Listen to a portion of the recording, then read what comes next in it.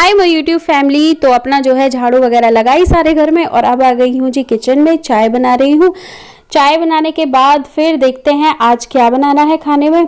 तो कल था बसोड़ा और काफ़ी सारे पकवान खा लिए हमने कल, तो आज थोड़ा सा हमें रखना है थोड़ा सा नॉर्मल चीज़ें। क्या आपके साथ भी ऐसा होता है जब हम बहुत सारे पकवान खा लेते हैं ना, उसके बाद हमें लगता है कि नहीं भाई अब तो थोड़ा सा या तो खिचड़ी हो जाए या फिर कोई दाल वगैरह ऐसी चीज़ बना ले सिंपल सोबर सी, ताकि वो जो है अच्छा सा लगता है। क्योंकि बहुत सारे पकवान खाते हैं ना तो उसके बाद फिर नॉर्मल चीज़ें ही हमें पसंद आती हैं। तो वही मैं सोच रही हूँ कि अभी दाल बनानी है कि क्या बनानी है। एक बार अवीशु से और उसके डैडी से और पूछ लूंगी, क्योंकि इन दोनों का भी फिर वही रहता है, एक बोलेगा ये नहीं खाना, दूसरा बोलेगा ये नहीं खाना। तो अभी दोनों से जो म्यूचुअल अंडरस्टैंडिंग से डिसाइड होगा वो चीज़ मैं बना लूंगी। क्योंकि आज मेरा भी मूड नहीं है, कल इतनी टायर्डनेस फील हुई है ना उसके बाद। क्योंकि कल होता ही है जब कोई भी त्योहार हो, चाहे छोटा हो चाहे बड़ा हो, थोड़ा सा एक्स्ट्रा काम तो होता ही है। और उसमें जो फिर थकान होती है ना भाई मैं लिटरली रात को सो के मुझे पता ही नहीं चला, सुबह के सीधा 5 बजे आँख खुली है। कहाँ तो मैं 4 बजे अपना बिस्तर छोड़ देती हूँ, तो 5 बजे खुली आँख। उसके बाद मैंने कहा हाय राम, तब भी मुझे इतनी ज़्यादा थकान लग रही थी ना कि ऐसा मन कर रहा था कि फिर से लेट जाऊँ। लेकिन अगर मैं लेटती तो फिर वही है, सुबह सुबह जो है ना अच्छे से काम हो जाता है। 9-10 बजे तक अपना काम ख़त्म करो और उसके बाद फिर अपने बच्चों को समय दो। तो ये नहीं मुझे सही लगता है कि सुबह सुबह अपना जो है काम जो है फिनिश कर लो, क्योंकि फिर दोपहर में तो यही रहता है। अब जो है ब्रेकफास्ट करा दिया। ब्रेकफास्ट में आज कुछ नहीं एक्स्ट्रा किया, क्योंकि मैंने बताया थकान हो रही थी। तो अपना जो है चाय से बिस्किट, ब्रेड, जिसको जो खाना था वो ले लिए सबने। और अभी जो है दाल बनाई है सिंपल अरहर वाली और सिंपल चपातियाँ। तो ये है जी आज का लंच, बिल्कुल सिंपल सा। और अभी मैं सबसे पहले भगवान जी के भोग लगा देती हूँ, उसके बाद जो है अवीशु को दे दूंगी। और ये जो भगवान जी वाली है ये दाल हम थोड़ा सा अलग निकाल लेते हैं, लहसुन वगैरह नहीं डालते इसमें। और अब जो है सबको खिला देती हूँ।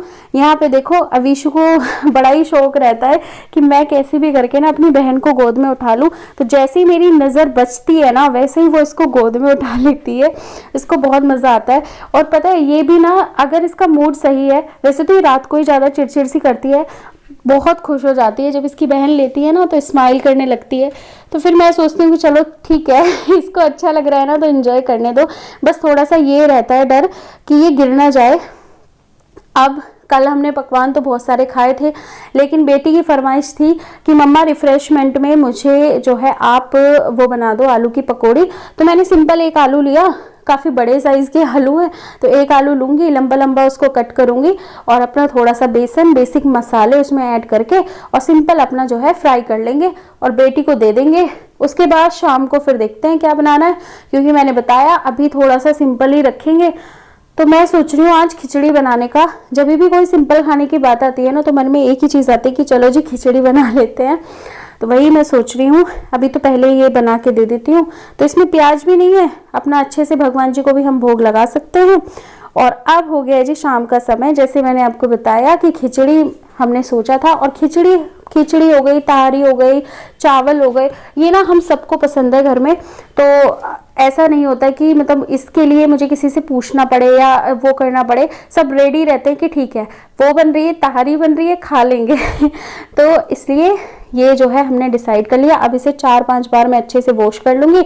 और इसमें जब तक आलू न डलें तब तक मज़ा नहीं आता, तो मैंने एक आलू को जो है छोटा छोटा बारीक बारीक कट करके भी डाल दिया है। अब 4 से 5 बार इसको अच्छे से वॉश करेंगे, उसके बाद जो है खिचड़ी बना लेंगे। तो जी मैं आपसे बोलने वाली थी कि कुछ लोग ना आपकी लाइफ में ऐसे आएंगे कि ज़बरदस्ती आपकी लाइफ में ना इंटरफेयर करना है ना।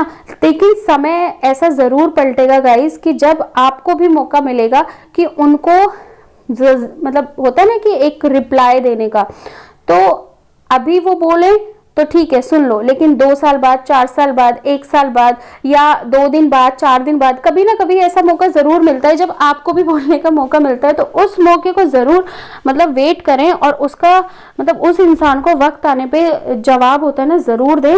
जैसे मैंने अपनी प्रीवियस मेरी वीडियोज़ में अपने देखा, मैंने एक मैं मेंशन कर रही थी कल्लो करके, है ना।